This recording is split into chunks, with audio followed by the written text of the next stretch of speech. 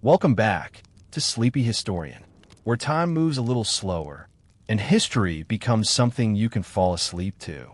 If this kind of soft storytelling helps you rest, feel free to like the video and subscribe, but only if it truly brings you peace. Let me know down in the comments where you're listening from and what time it is. It's strangely comforting to imagine others out there in the quiet corners of the world falling asleep to the same old stories. So dim the lights. Let the past whisper softly in your ears. Let the myths unfold gently. This is boring history for sleep, calm bedtime storytelling, soft-spoken history documentary, and soothing history to fall asleep to. Perfect for fans of Roman history, archaeology, and anyone who finds peace in the rhythm of ancient lives. Tonight, we'll drift through the forgotten festivals of the ancient world, the oddest celebrations that rarely find their way into textbooks, the strange, sacred, and sometimes bewildering rituals that filled the calendar of civilizations long gone. You might think of festivals as bursts of color and sound, but in the ancient world, they were something deeper. They were the heartbeat of the year, marking time in a way that felt closer to the earth, the stars, and the unseen powers that guided human life. We'll move slowly through these stories. First, we'll step into the daily life of ordinary people preparing for such festivals. How they decorated their homes, the scents that filled the streets, the quiet work that went on behind the spectacle. Then, we'll wander through the life of a single individual caught up in one of these rituals. A priest, perhaps, or a participant in a long-forgotten rite, tracing their footsteps through the dust and incense. Next, we'll uncover an archaeological mystery. The remains of these festivals in the material world, fragments of pottery, masks, carvings, and temples that whisper of lost meaning. And finally, we'll rise from the streets to the palaces and temples, glimpsing how the elite and the powerful experienced these same celebrations, how they watched, shaped, or even exploited them, and what that tells us about human nature across the ages. Through it all, we'll take our time. The goal is not to rush, but to drift, to let your mind wander, from the flicker of torchlight to the cool stone of an ancient plaza, to the sound of sandals brushing across packed earth, and the murmur of distant chanting. You may find yourself wondering how it felt to live in a world so steeped in ritual that every season had its song. You might even start to sense a certain rhythm, the rhythm of their lives, slower, cyclical, endlessly repeating like the rise and fall of your own breath. So settle in. Let the centuries stretch out before you. And as the stories unfold, let the noise of the modern world fade away. This is the world of forgotten festivals. Quiet, curious, calm, and maybe just a little strange. Let's begin. Imagine yourself in an ancient town, perhaps not one of the great capitals, but a modest settlement tucked beside a slow-moving river. The year might be 450 BCE, or perhaps several centuries later. It doesn't matter. The rhythm of life was much the same in countless places across the old world. The morning air carries the scent of hearth smoke and damp clay. The sun rises slowly, spreading pale light across rooftops of baked mud and timber. Chickens stir in the courtyards. A donkey brays somewhere in the distance. And beneath it all, you can feel a quiet anticipation, a subtle change in the pace of life, because the festival is only days away. For most people, the coming of a festival was not about spectacle, but about preparation. The streets were swept. Clay lamps were patched and cleaned. Families began to store up grain and oil, just enough to spare a little for offerings. The old jars were opened to test the scent of wine or beer, to see if the season's batch had survived the heat. You can picture it. Women kneeling by their doorways, grinding barley with rhythmic, measured motions, their arms moving with the patience of generations. Children gathering small flowers or herbs to weave into garlands. The elderly sitting nearby, giving advice, half dozing in the warmth. These were the quiet rituals before the rituals, the small, practical devotions that gave texture to ancient life. The markets would begin to change as well. Traders arriving from distant villages, their carts creaking under baskets of fruit, fabrics, and incense. There was a hum in the air, not excitement, exactly, but a shared awareness that something important was approaching. The people knew the gods were listening a little more closely this week. Imagine walking through one of those streets. The paving stones are uneven underfoot. Dust gathers on your sandals. You hear the soft chatter of neighbors, the bark of a street dog, the gentle rush of wind moving between the buildings. Somewhere nearby, a potter hums as he turns his wheel, shaping small figures to sell for the coming celebration. These will be set upon household altars, little images of spirits, ancestors, or deities whose names we've mostly forgotten. At dusk, the sound softens. The town glows faintly in the amber light of oil lamps. Smoke rises straight into the sky, carrying the fragrance of roasted grain, herbs, and resin. Families gather near their doorways, eating simple meals, lentils, olives, bread, sometimes a bit of cheese.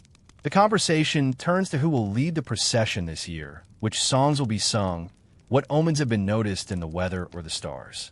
For the ancient world, the calendar was a living thing, a circle, not a line. The festivals marked the turning of the wheel, the steady motion of life and death, seed and harvest, silence and song. There was no sharp boundary between religion and routine.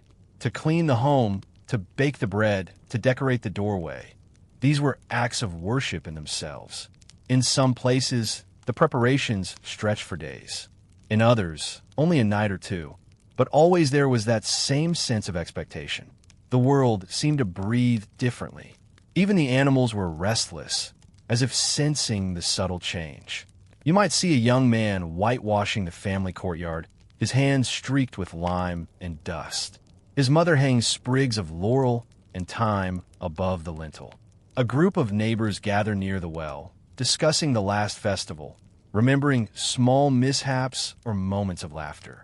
These conversations, unhurried and repetitive, were the fabric of the community, comforting, cyclical, much like the rituals themselves. And when night finally falls, the town quiets again. The stars above are cold and steady. A faint breeze moves through the reeds by the river.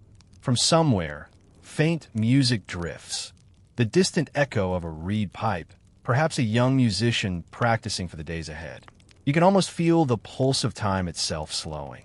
In that stillness, imagine lying down beneath a simple roof of thatch or tile. The world beyond is vast, but the rhythms of your own village, its seasons, its customs, its ordinary joys, are enough. Tomorrow, more tasks await, but tonight, you rest, knowing that soon the festival will come, and for a moment, everything will shimmer with meaning. The rhythm of their lives, patient, predictable, and deeply human, is what carried civilizations through centuries. And now, as you listen, that same rhythm might carry you gently towards sleep. The night before the festival was unlike any other. It carried a kind of stillness that hovered above the ordinary sounds of evening, a silence not of absence, but of quiet expectation. Imagine the air cooling as twilight deepens. The last of the day's work has faded. The streets, earlier filled with movement and chatter, are now bathed in a soft, golden haze, the smoke of cooking fires drifting slowly upward. Somewhere in the distance, a flute lingers on a few uncertain notes before falling silent. Families begin their final preparations. Small clay lamps are placed on doorsteps and balconies, their light trembling gently in the breeze. Patterns of shadow ripple across the walls, the same walls that have seen countless seasons come and go. The smell of oil, of herbs, of something baking fills the air. You can hear the occasional creak of a wooden door, the shuffle of feet, a child's laughter quickly hushed. For many, this night held a sacred calm. It was a threshold between the ordinary and the divine. The work of the week was done. Tomorrow would belong to the gods. People washed their hands and faces carefully in basins of cool water. They murmured brief prayers, not out of fear, but of habit. A simple whisper of gratitude, perhaps for the harvest, for health, or simply for surviving another year. The elders often spoke softly to the young ones, reminding them of stories connected to the coming festival, tales of when the first rites were performed, how the village had once endured a harsh winter, and how the festival had brought renewal. These stories were less about belief and more about belonging. They connected the living to the long thread of the past.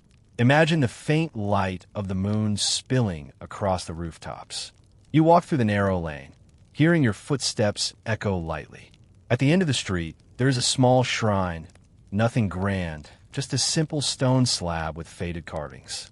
Someone has left a bowl of milk there, and beside it, a few grains of barley, a small act of reverence. In another home, a mother hums to herself while tying ribbons around small figurines.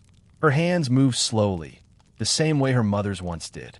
In the corner, a child struggles to stay awake, eyelids heavy, clutching a small wreath of flowers meant for tomorrow's procession. The repetition of these gestures, preparing, cleaning, offering, was a language of devotion more ancient than words. As the night deepens, the sounds of the settlement fade further. The world becomes smaller, quieter. The flicker of every lamp feels more pronounced, as though each one is holding back the darkness for just a little while. The animals are still. The river glides past without a sound. You can almost feel the world holding its breath. In that stillness, something remarkable happens. People begin to listen, not to each other, but to the gentle hum beneath existence. The soft rhythm of crickets, the faint rustle of leaves, the distant bark of a dog. These sounds were not distractions, but reminders that life, even at its most sacred, was ordinary, continuous, and endlessly cyclical. Somewhere beyond the town, at the edge of the fields, a group of young men gather quietly. They bring torches, not yet lit, and sit together, speaking in hushed tones. One plucks a lyre, its strings shimmering faintly in the cool air. They wait for the dawn, for the moment when the first light will mark the beginning of celebration. The night stretches on. Perhaps a few are unable to sleep, too full of thoughts, of duties yet to come. The potter worries that his wares will sell. The priest rehearses the words of invocation in his mind. A farmer prays for gentle rain, and others simply gaze upward, counting constellations that seem to move too slowly to be real. In every home, candles burn lower. The oil thickens. The glow fades to embers. And yet, the anticipation remains, a quiet pulse in the chest of the town. Tomorrow, they will rise before dawn. There will be music and color, laughter and ritual. But tonight, there is peace, a calm so deep it feels timeless. The night before the festival was a gift in itself, a pause between worlds. For those who lived it, it was both an ending and a beginning. And for us imagining it now, it is a reminder of something rare, that even in the heart of distant centuries, people knew how to wait, how to rest, and how to prepare for joy. So if your eyes are growing heavy, let them close. Imagine the faint glow of lamplight behind shuttered windows, the soft hum of the earth settling into sleep. The same stillness that wrapped ancient towns now wraps you. The rhythm continues. When morning finally comes, it arrives gently, without hurry, without fanfare. The horizon turns pale, the faintest blush of color spreading across the fields and rooftops. A thin mist drifts between the trees, softening the edges of everything. The sounds of waking blend slowly into the stillness. The crackle of hearth fires being rekindled, the muted rhythm of water being poured from clay jugs, the low murmur of voices greeting the day. For generations, this was the rhythm that marked sacred mornings. The first light was considered pure, untouched by the day's noise, and so it belonged to the gods. People stepped carefully, speaking little, moving as though the air itself carried reverence. The streets, swept clean the day before, now shimmer faintly with dew. Imagine standing there, barefoot on the worn stones, the air cool against your skin. You can smell the faint traces of smoke, of herbs, of earth newly stirred. All around, families begin their quiet routines, dressing, arranging, checking that offerings are prepared. The youngest children peer out eagerly from doorways, eyes bright with expectation, while the elders sit calmly, knowing the day will unfold as it always has. From one home drifts the scent of honey and grain, a sweet cake baked for the morning ceremony. From another, the sharp aroma of oil and smoke as a small fire is coaxed to life for incense. The town's small square begins to fill slowly, not with noise or excitement, but with a quiet gathering, a slow convergence of familiar faces. Everyone knows where to stand, where to wait, what to do when the first sound of music begins. A procession forms, not grand or hurried, but deliberate, almost meditative. At its front, a few musicians, a lyre, a flute, perhaps a soft drum marking the heartbeat of the morning.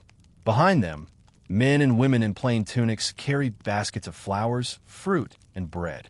Children trail behind, holding small garlands, their laughter subdued by the calm authority of tradition. You can see the way the sunlight begins to spill down, catching the gold threads of the banners, glinting off polished bronze, softening every surface it touches. It's not a dazzling light, more a gentle warmth that seems to embrace rather than illuminate.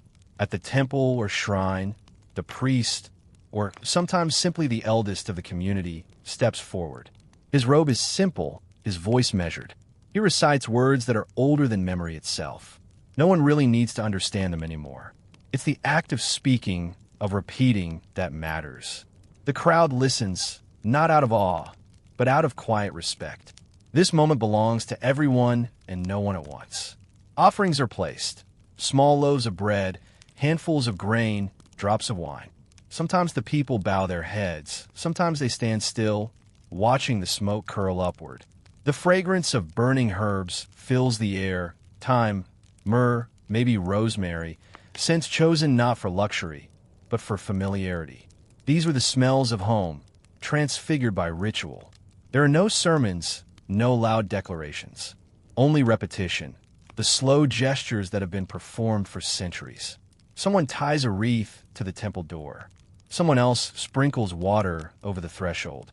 The meaning of each act may have shifted with time, but the feeling remains, the comfort of doing what has always been done.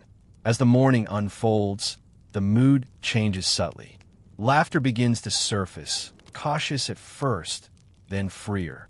Children run ahead, their feet leaving dusty patterns on the ground. A few vendors appear near the square, laying out trays of figs, honeyed pastries, and painted trinkets. The festival, once sacred in tone, now mingles with the simple joy of being together. The air grows warmer. The sun rises higher. Somewhere, music resumes, a steady rhythm of flute and drum, neither fast nor slow, just enough to carry the moment forward. People dance a little, talk softly, trade goods and greetings. For a few hours, the boundaries between the divine and the ordinary dissolve. The gods are in the air, but so is laughter and the scent of bread and the glint of light on clay. If you pause and look around, you might notice the beauty in the simplicity. The worn stones beneath your feet, the faded colors of old cloths, the lines on faces that have seen many such mornings. This was the heart of ancient festivals, not grandeur, but continuity. A reminder that joy, like faith, was something cultivated patiently through repetition and care. As the morning turns toward noon, the light grows strong and the air thickens with heat. The musicians rest, the torches are extinguished, and the people drift toward shade. The sacred time passes into ordinary time once more. Yet a trace of it remains. The faint scent of incense on the breeze, the echo of a song still lingering in memory. And just like that, life continues. The rhythm resumes, as it always did. Imagine, now, a man whose entire life revolves around ritual, the priest of the masks. His name has long been lost, like so many names carved in a stone and worn away by centuries of wind and rain. But we can imagine him in a small Mediterranean city, perhaps in the 2nd century BCE, walking the same uneven streets you heard about before. The festival he serves is strange, almost theatrical, a celebration where gods and mortals exchange faces. He rises before dawn. The air is still cool, and the stars linger faintly in the gray-blue sky. His home is simple: a narrow courtyard, a low table, a shelf lined with clay vessels holding oil, resin, and pigment. On that table rest the masks, faces of wood and linen, painted in hues that have faded over time. Some depict gods of fertility, others of chaos or renewal.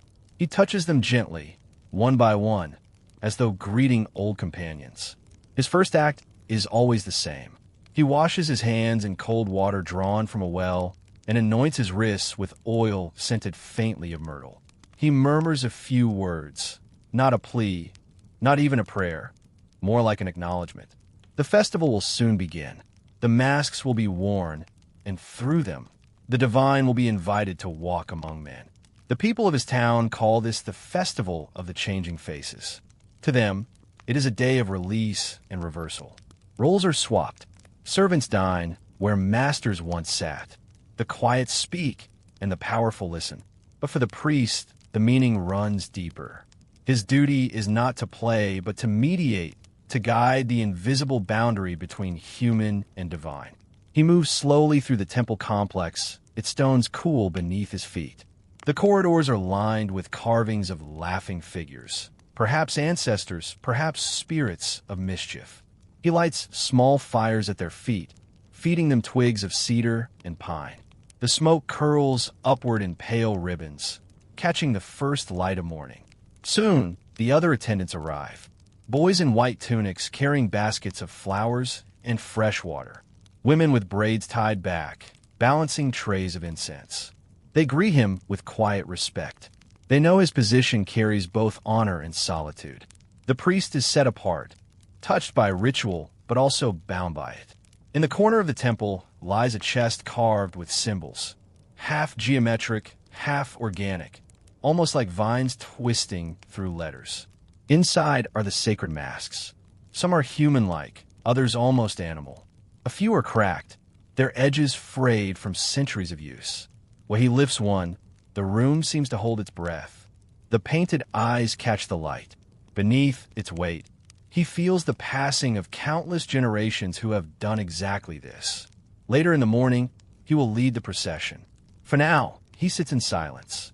The sound of the city beyond the walls is faint, a soft buzz of anticipation. The smell of baking bread drifts inward, mingling with the sharper scent of burning resin. He closes his eyes and imagines the gods themselves preparing, waiting to descend into the faces of men. You can picture him seated on a low stone bench, a shaft of light falling across the floor. Dust motes drift through it like tiny worlds suspended in time. His fingers trace the edge of one mask, a smiling visage painted in ochre and gold. It is the face of a god of joy, though the smile is ambiguous, neither kind nor cruel. He will wear this one later for the dance. There is no fear in him, only familiarity. Ritual is not performance, it is repetition. He knows each gesture, each word, each sound by heart. His father performed them before him, and his father before that. The priest does not believe himself divine. He is merely the vessel through which the old patterns continue. As the sun climbs higher, the temple stirs to life. Outside, drums begin their slow rhythm, steady, deliberate, heartbeat-like.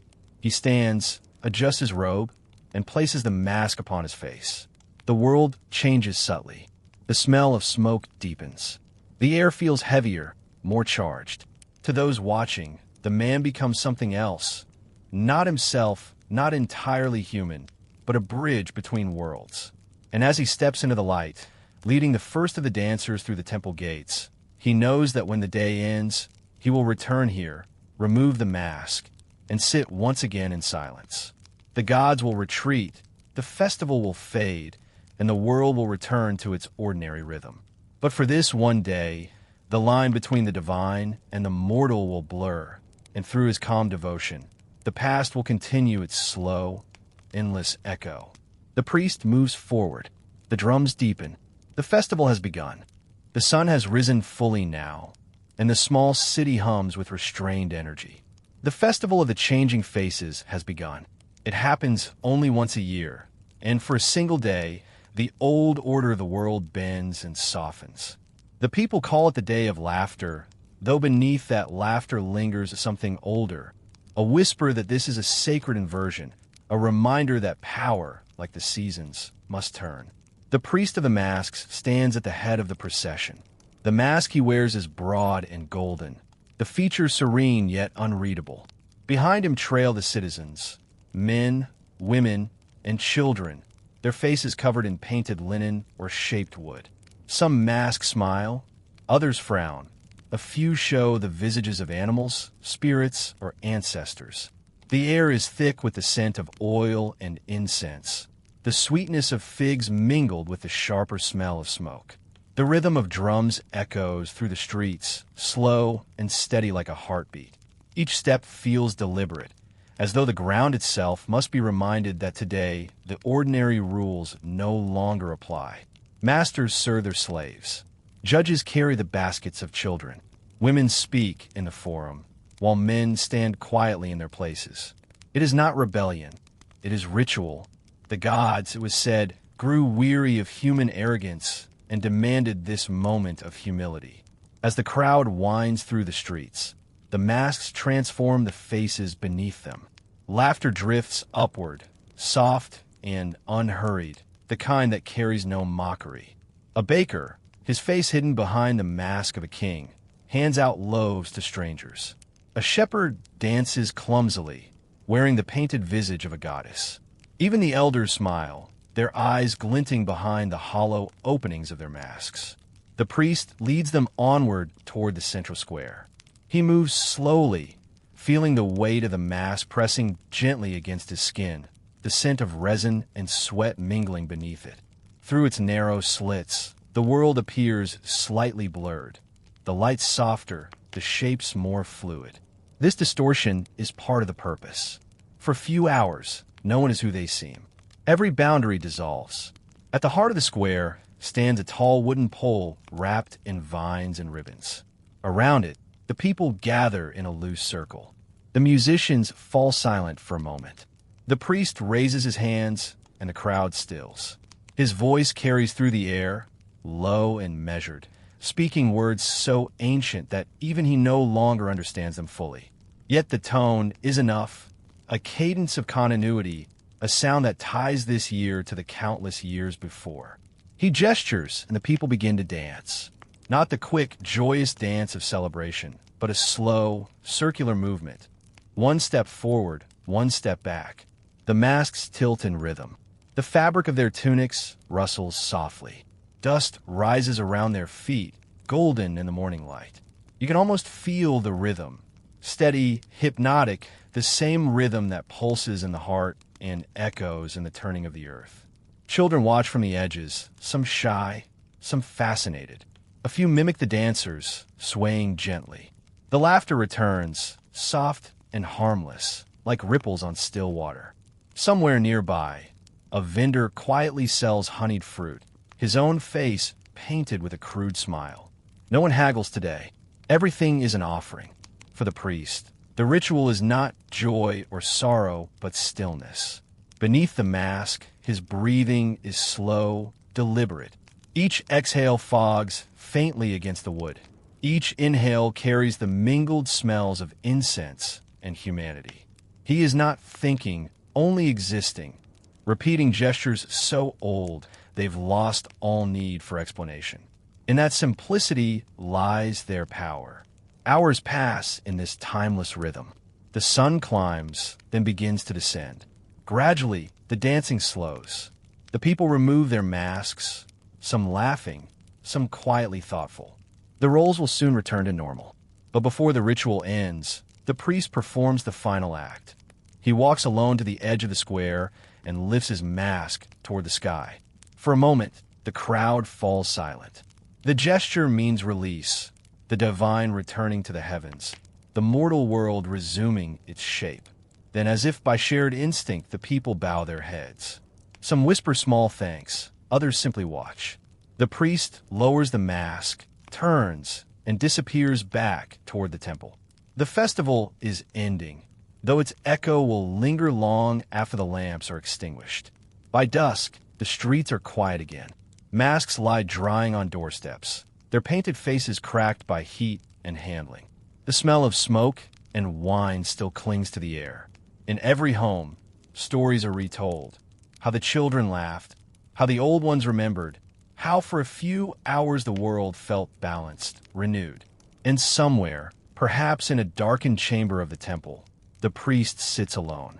He cleans the masks carefully, rubbing away the traces of sweat and dust, whispering the closing words of the rite. The gods, he believes, are once again at rest. Outside, the crickets begin to sing. Inside, he breathes slowly, evenly, until the rhythm of his heartbeat matches theirs. The day of masks has ended, as it always does, with silence, peace, and a quiet assurance that even chaos has its place in the grand, patient rhythm of the world. Evening settles like a soft veil over the city. The festival of the changing faces has drawn to a close, and what remains now is the hush that follows all human celebration. That peculiar silence when the drums have stopped, when laughter has faded into distant memory, and the air still holds a faint echo of the sacred. The priest of the masks walks slowly through the empty streets. The golden mask he wore earlier rests now in his hands, its surface catching the dying light. His robe is streaked with dust, the hem darkened by the day's long procession. Yet his pace is unhurried. Each footstep sounds against the worn stones like a heartbeat returning to its natural rhythm. All around him, the city is winding down. Lanterns flicker in the doorways. A few figures linger by their thresholds, talking softly, reluctant to let the day end. Children doze where they sit, their half-painted masks slipping from their fingers. Dogs wander between scattered flower petals, noses to the ground. The air is rich with a mingled sense of spent incense, crushed herbs, and smoke. For the priest, this time after the festival is the most sacred of all. The gods, he believes, are fading back to their realms, the veil between mortal and divine slowly closing once more. It is his duty to guide that transition gently, to remind the world that holiness, like light, must dim before it can return again. He reaches the temple gates. The courtyard beyond is quiet except for the chirping of insects. The torches that had blazed all morning now burn low, their flames wavering and thin.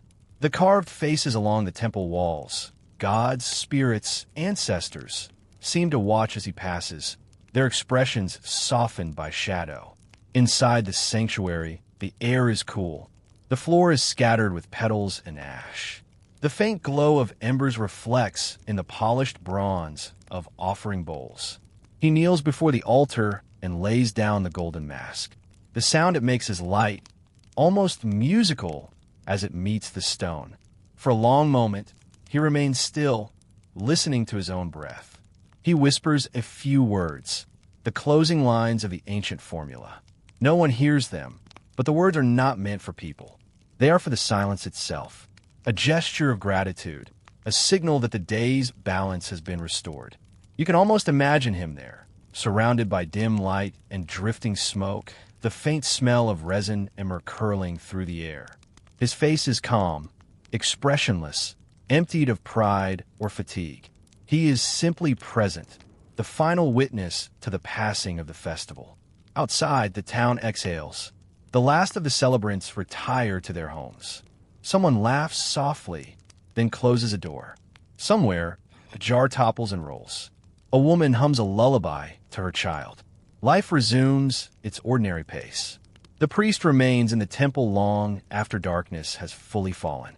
He begins the slow work of cleaning, gathering ashes, emptying bowls, folding the fabrics used to cover the altars. His movements are deliberate, practiced. Each action seems to complete a sentence left unfinished by the day's noise. He is, once again, the quiet caretaker of continuity. When the final torch has burned to its end, he opens the temple's side door and steps outside. The night air is cool and fragrant.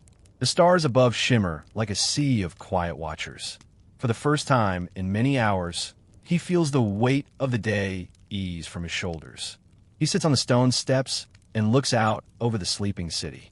The festival is over. Tomorrow, he will return to his duties, reading omens, tending to offerings, answering questions from the anxious and hopeful. But tonight, there is nothing left to interpret, only silence and the soft rustle of wind through olive trees. He removes his head covering, allowing the night air to touch his hair. He closes his eyes and breathes deeply, the scent of dust, of cool stone, of distant water. He thinks of the generations before him who sat in this same place, their faces turned toward the same stars, their minds filled with the same gentle exhaustion. The continuity of it comforts him. The thought that in 1,000 years, perhaps someone else will imagine this moment, and through that imagination, keep it alive. For now, though, there is only peace. The mask lies within, its painted smile resting in shadow. The gods, satisfied, have withdrawn into quiet, and the priest, no longer a vessel or a symbol, becomes once more a man, one among many, part of the same slow rhythm of sleeping, waking, and remembering.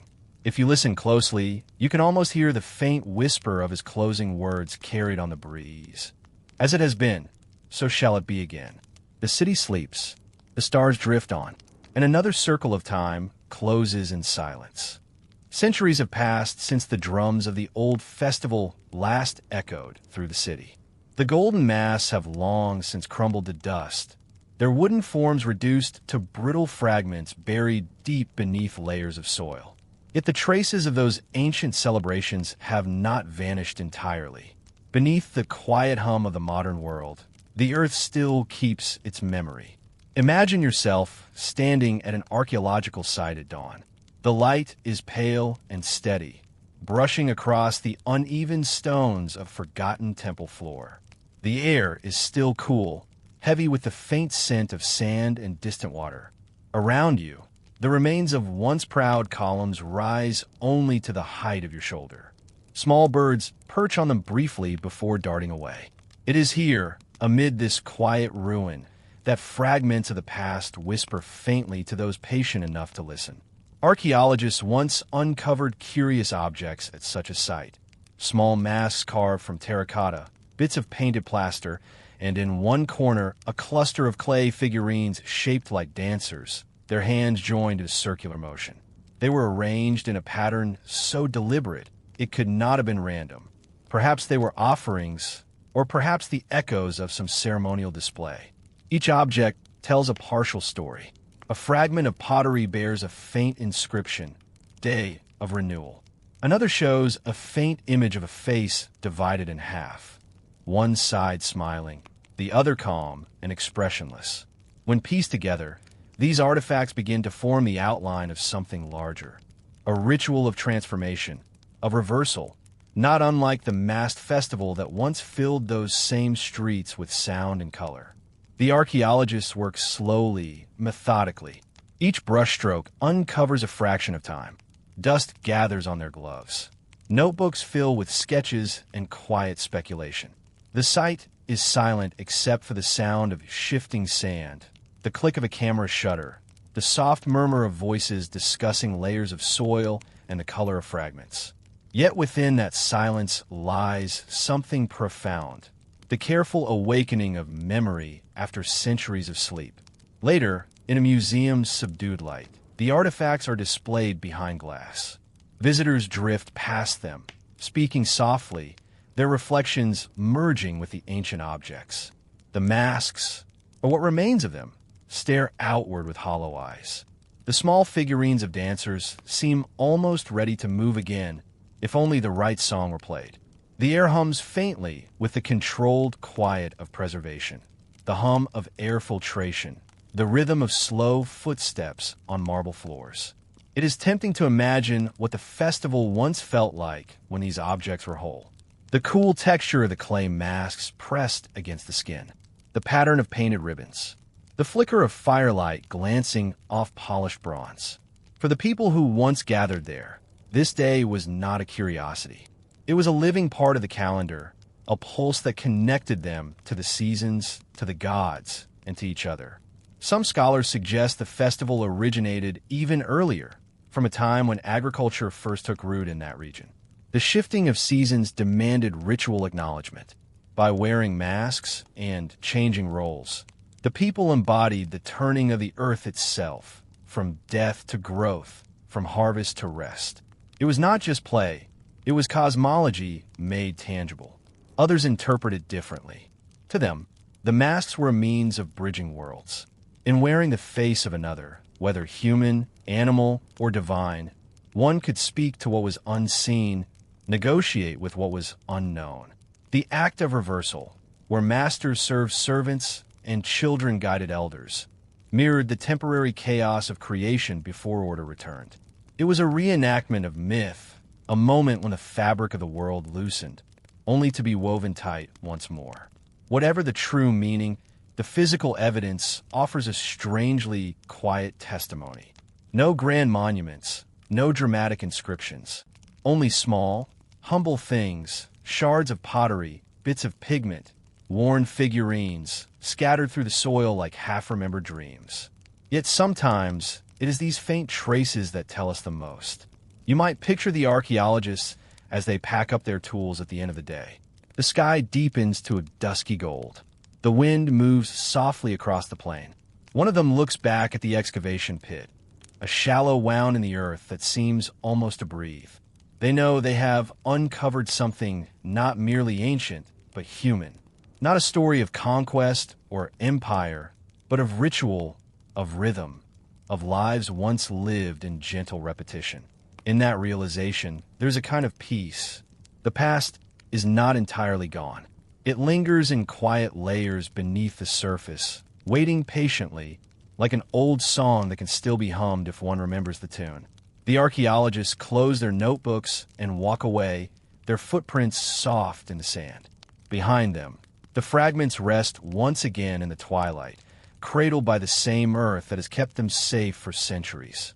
When historians and archaeologists examine the remnants of forgotten festivals, they often find that what survives is not the song or the laughter, but the silence that follows. The words once spoken are gone. The gestures that gave meaning to the rituals are lost to time. Yet, through fragments of myth, inscriptions, and poetry, we can still trace faint outlines, ghostly echoes of belief and story. Imagine the scholars gathered in a quiet study room, long after sunset. Scrolls and notes spread across a wooden table, a lamp flickering softly beside them. The air is filled with the dry scent of parchment and dust. Their voices are calm and deliberate as they debate. What did these masks truly represent? Why did the people of the old city feel compelled to cover their faces and reverse their roles once each year? One theory speaks of the myth of the two faces, a legend that tells of a god who once ruled both day and night. It is said that the god had two visages, one bright and smiling, the other calm and shadowed. Each morning, he turned the radiant side to the world, bringing warmth and light. But each evening, he turned away, revealing the quiet face of dusk. The festival, some believe, was born from this story, a reenactment of the eternal shift between opposites, between the seen and the unseen, the powerful and the humble. In this interpretation, the masks symbolize the divine paradox, the truth that no person is ever entirely one thing. The priest wearing the golden mask was not merely a servant of the gods, but also their mirror. The people, by trading places and disguises, honored the gods' dual nature. For one day, the world imitated the heavens. Another theory, more anthropological than mythical, suggests the festival may have functioned as a release valve, a carefully structured reversal of order to maintain social balance. By allowing the powerless to mimic authority and the powerful to act with humility, society renewed its invisible contracts. It was a day of laughter that preserved peace. The masks, then, were instruments of equilibrium, ensuring that resentment and pride dissolved harmlessly into ritual play. And yet, beneath both interpretations lies a deeper truth, that ancient people, like us, sought meaning in rhythm. They understood that the cycles of time, day and night, growth and decay, joy and sorrow, demanded reflection. The mask was their way of giving shape to what cannot be spoken. Some scholars describe another curious myth associated with the same region, the story of the silent procession. According to fragments of text carved into a temple wall, the people once carried clay faces through the streets in total silence. The purpose, they believed, was to confuse the spirits of misfortune that lingered at the end of each year. By wearing new faces and walking without speech, they could slip unseen into the next season, leaving bad fortune behind. It is a haunting image, an entire city moving in silence beneath the moon, their steps synchronized, their breath forming mist in the cool air. The only sound might have been the faint rustle of fabric and the occasional creak of leather sandals. A ritual of renewal, performed not through noise, but through quiet. Later interpretations by poets and philosophers from later centuries softened the myth further. They described it as a meditation on identity, the idea that to truly know oneself, one must sometimes become another. The mask was not deception, but revelation, a temporary surrender of the self that allowed deeper truths to surface. In that sense, the ancient festivals were not so different from our own modern need for reflection, for moments when we step away from who we are expected to be and remember that identity, too, is a rhythm. In the museum collections and academic papers, the discussion continues. Each scholar brings their own translation, their own emphasis. Some focus on agriculture, others on theology, others still on psychology. But no single explanation feels complete. The festival seems to resist confinement, as if its meaning shifts slightly each time someone tries to define it, much like the masks themselves, which could never reveal the same expression twice. And perhaps that is the beauty of it. The mystery remains alive precisely because it cannot be solved. The people who once danced, laughed, and prayed beneath those painted faces are long gone, but through their rituals, we sense a familiar yearning, the human desire to find balance between chaos and calm, between the individual and the collective, between what is real and what is imagined. The ancient texts end abruptly. The myths stop midline. Yet somehow, the story feels complete. Like the pause between breaths, the meaning of the ritual rests not in its spectacle, but in its silence. If you close your eyes now, you can almost see them. The silent procession winding through the dark streets, masks gleaming faintly beneath the torchlight, the air filled not with sound, but with presence. The city asleep, yet utterly alive. Centuries roll forward, soft as the tide. The cities change, the languages shift, and the memory of the festival drifts farther and farther from human consciousness. But time, as always, leaves small traces, faint echoes hidden in stone, in song, in ritual gestures so subtle that most never notice them. Imagine yourself walking through a modern town that rests upon the ruins of that ancient place. The streets are paved now, but they follow the same lines as they did long ago. The marketplace stands roughly where the old square once opened to the sun. The temple has long vanished, yet beneath one corner of a modern church lies a single carved block of limestone, its surface faintly etched with the outline of a mask. Most people pass it without noticing. Only when the light strikes it at just the right angle does the face emerge from shadow, quiet and observing. Local children call it the smiling stone. They say it brings good luck if you touch it on the first morning of the year. No one remembers where that custom began. The priests bless it each spring, and the people smile as they walk past. In their laughter, perhaps a faint reflection of that forgotten festival still lingers. The laughter of renewal, of harmless inversion, of life gently turning in its eternal circle. Scholars, too, have noticed such echoes. In rural villages nearby, there persists an annual habit of wearing small paper masks during planting season. The farmers say it keeps away the wind spirits that might disturb the soil. The masks are simple now, little more than folded parchment tied with string. Yet their shapes curiously resemble those ancient artifacts found by archaeologists. Wide eyes, gentle smiles, a symmetry that speaks of continuity more than coincidence. These are the soft survivals of culture, things not written, but carried quietly through generations. Not all history survives in books or ruins. Much of it drifts unseen in the way people move, speak, or celebrate, their gestures echoing ancient rhythms long after the reason has faded. In a nearby museum, there is a small exhibit dedicated to the region's early civilization. It rarely attracts crowds. A few glass cases display fragments of pottery and small inscriptions. In one corner sits a restored clay mask, its cracks filled carefully with resin. It looks both old and strangely familiar, as though it could have been made yesterday by a child playing with mud. The placard beneath it reads simply, "Ceremonial object. Purpose unknown." Visitors pause, read, and move on. Yet for those who linger, there is something compelling about that label. Purpose unknown. It seems to admit that even with all our study and scholarship, some aspects of human life remain beyond precise understanding.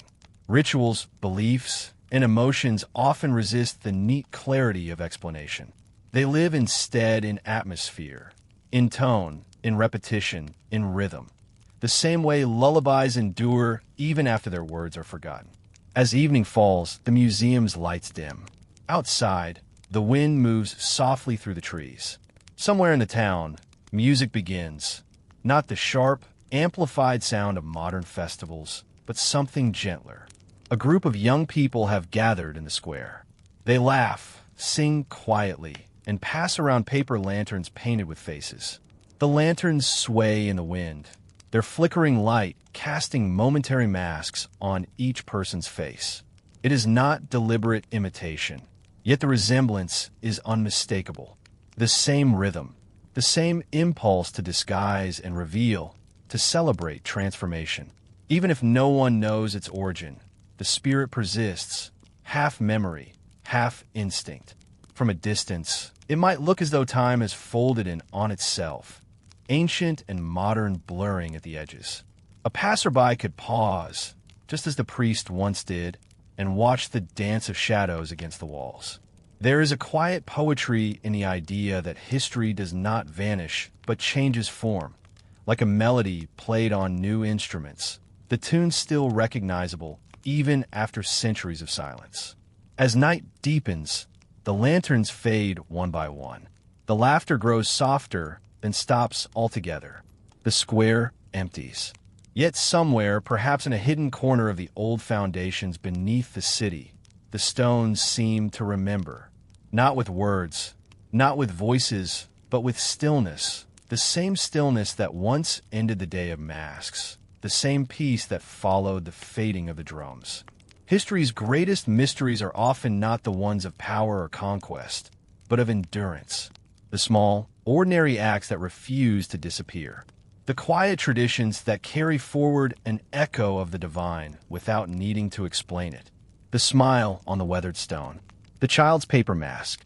The unspoken understanding that life moves, always in cycles. Perhaps this is what time itself chooses to remember.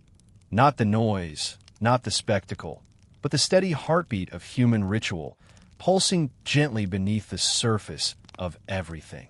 In the high marble halls of the ancient city, the festival of reversal meant something entirely different for the noble class.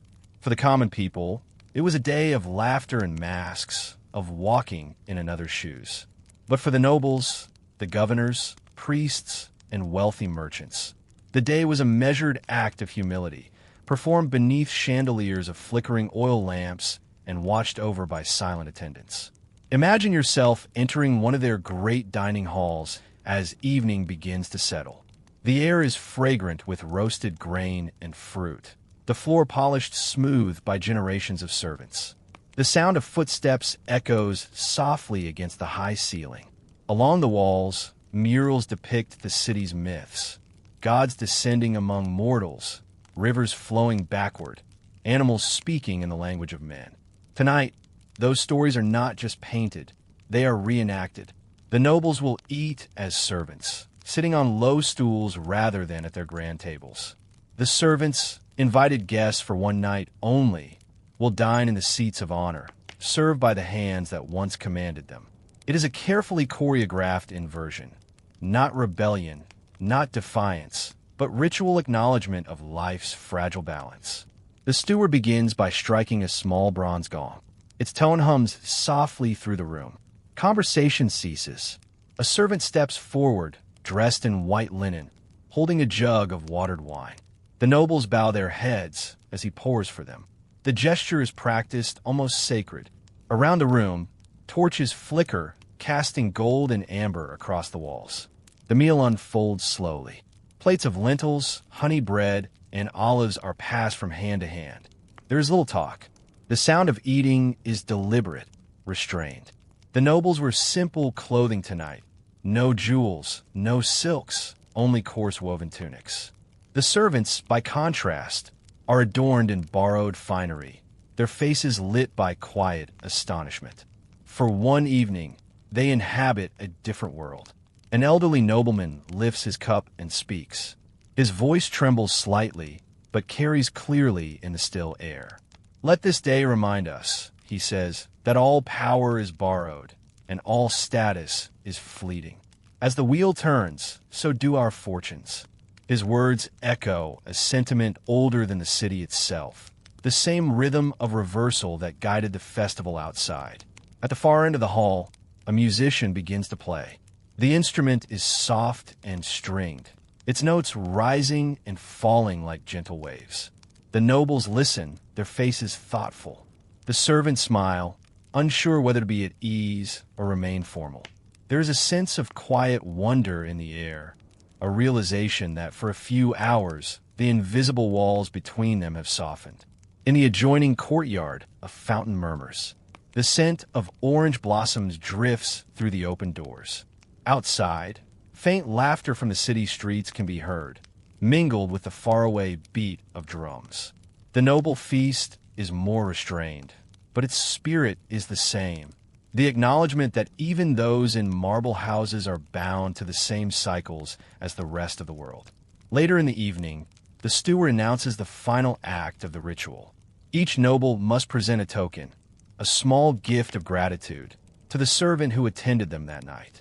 Some give fruit, some pieces of cloth, others coins or carved trinkets. The gifts are modest but symbolic. They are meant not as payment, but as acknowledgement, the brief recognition of shared humanity. When the meal ends, the guests rise slowly. The nobles bow to the servants. The servants, uncertain, bow in return. It is an awkward, gentle moment, a gesture that means little in political terms, yet carries immense emotional weight. For a night, they have looked at one another without the armor of hierarchy. The torches burn lower. One by one, the servants depart, still in borrowed finery, their laughter soft and subdued. The nobles remain behind, sitting in silence. The air grows cooler. One man speaks quietly. Tomorrow, the world resumes its order. The others nod. None of them seem eager for the spell to break, but they understand its necessity. Order, once disturbed, must be restored. Yet somewhere beneath their calm expressions lingers a faint glimmer of gratitude, the awareness that this small act of humility has lightened their hearts. As the last torch is extinguished, the hall grows dim. The murals along the walls seem to shift in the flickering light, the painted gods smiling faintly, as though amused by human attempts at understanding. Outside, the night deepens, and the distant echo of festival drums fades into stillness. In that stillness lies the purpose of the ritual, the gentle reminder that even the mighty serve the same rhythms as the humble, the turning of seasons, the passing of time, and the quiet humility of being human. The noble feast of reversal may have seemed like an act of humility, but behind its gentle manners lay something far more intricate, a web of symbolism and control carefully woven by the upper classes over generations. Rituals, for the powerful, were never just devotion. They were instruments, soft tools of governance that worked not through fear, but through rhythm, expectation, and habit. Imagine, for a moment, the great estates that overlooked the city. Their courtyards gleamed with polished marble, their fountains spilling water that glimmered beneath the moonlight. Yet within those courtyards, every gesture, every feast, Every blessing was deliberate. The nobles understood something essential. To preserve order, one must make it feel natural, inevitable even. The Festival of Reversal served that very purpose. By allowing servants and citizens a single day of freedom, the nobles reminded them that the hierarchy could bend but never break. The laughter of the day functioned like a release valve, letting the tension of daily inequality escape harmlessly into ritual. For one night, all appeared equal, and so the rest of the year could return to its old patterns without resentment erupting into rebellion. The idea was subtle but powerful. As records carved on stone tablets suggest, the city's governors even financed these festivals directly. Public funds were used to provide food and masks, ensuring that no one, not even the poorest laborer, was excluded. In this way, generosity became another layer of control, kindness used as structure. The people celebrated the nobles for giving them the very freedom the nobles themselves defined. This blending of authority and ritual was not unique. Across the ancient world, similar festivals appeared, each carrying echoes of the same idea. In Babylon, the king would kneel before a high priest once a year, symbolically stripped of his crown to show submission to the gods. In Egypt, pharaohs would host days of abundance where food was freely distributed, only to resume divine status the following dawn. And in Rome, the festival of Saturnalia, with its temporary chaos and role reversal, performed this same elegant trick, turning rebellion into tradition. To the common eye, these rituals seem to humanize the elites. But to the historian's eye, they reveal something deeper, a sophisticated understanding of psychology long before the word existed. Power that appears kind endures. Authority that laughs with its subjects becomes harder to resent. In the noble houses of the ancient city, this philosophy shaped even the smallest of customs. During the days following the festival, nobles were expected to visit the homes of their servants, offering small blessings or symbolic gifts. These visits were not merely polite. They reinforced the illusion of unity, a carefully cultivated sense that everyone, noble and peasant alike, shared the same destiny. Imagine one such visit. A nobleman, his robe plain after the feast, walks through narrow streets lined with clay houses. Children pause to stare. The air is cool, heavy with the scent of hearth smoke. He steps inside the humble home of a servant and places a handful of grain upon the family's hearth. It is a gesture so small it seems almost meaningless, yet it carries centuries of expectation. The servant bows, murmurs thanks, and the noble departs. Both know the ritual's place, its weight, its necessity.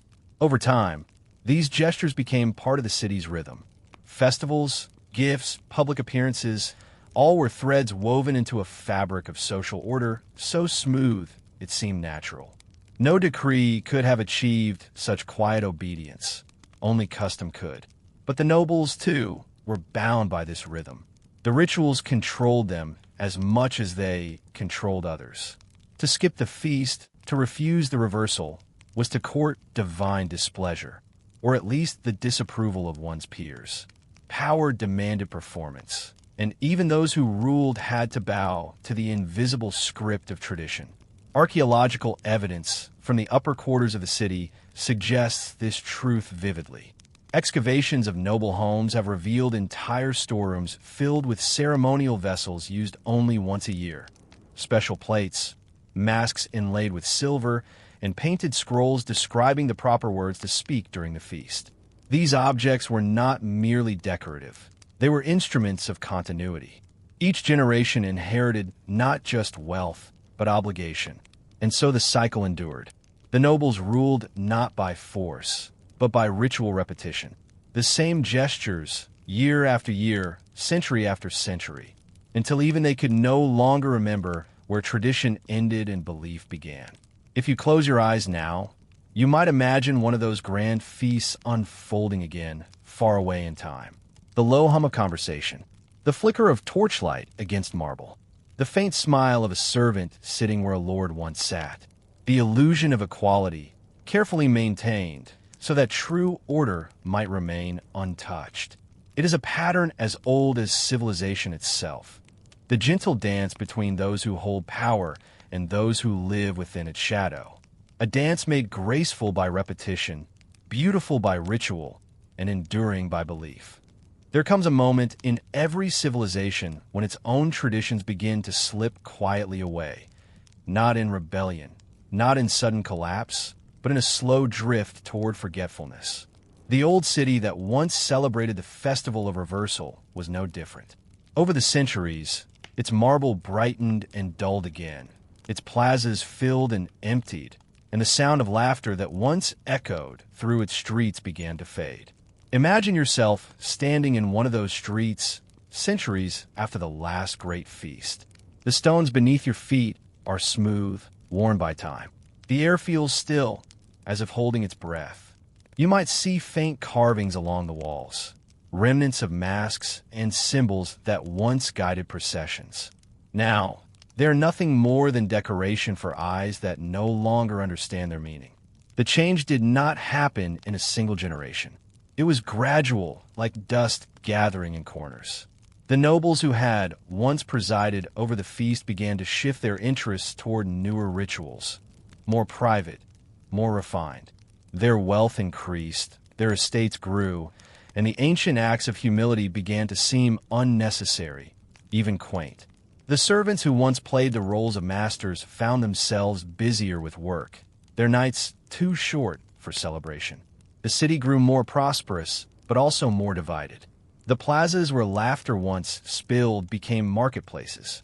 The songs of the festival were replaced by the bargaining cries of merchants. The smell of incense and honey gave way to the scent of iron, parchment, and oil. Records from later centuries mention the festival only in passing, as an old custom, charming but obsolete.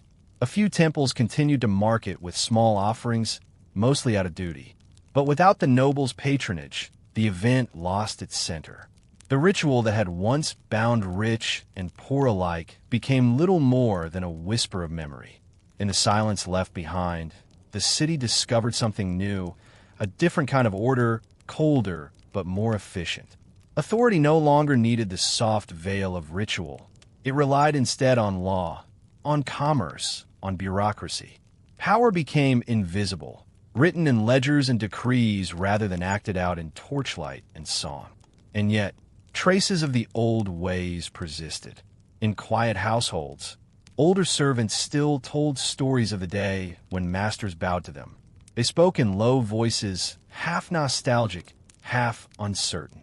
To the young, it sounded like myth. Some laughed. Others listened and felt a pang of longing for something they could not name. A sense of belonging, perhaps, or the comfort of shared rhythm. Archaeologists who uncovered fragments of that world centuries later noted peculiar evidence. In the ruins of noble villas, ceremonial dishes were found broken, but deliberately buried, as if laid to rest rather than discarded. Inscriptions on clay tablets recorded the last official observance. The gods are honored, the order restored. It was both an ending and a farewell. The fading of the festival did not mean the end of faith or celebration. It simply marked a transformation, from communal ritual to private reflection, from rhythm to silence. People still sought meaning, but no longer through shared performance. The masks were put away, and with them, the delicate balance between laughter and authority that had sustained the city for so long. If you listen carefully, though, you might imagine the echo that lingers beneath the surface of time, the faint trace of a drumbeat, the shimmer of a lamp, the quiet laughter of voices long gone. The city may have changed, its people forgotten their roles, but memory is a patient keeper. It holds onto the rhythm even when the music stops. In the museum cases where those fragments now rest, the broken plates, the faded masks, the bronze gong with its sound long stilled, one can still sense something alive beneath the dust. A whisper, perhaps, that once a year, even the powerful bowed, and the humble stood tall. A moment when the world turned upside down, just to remember what it meant to be human.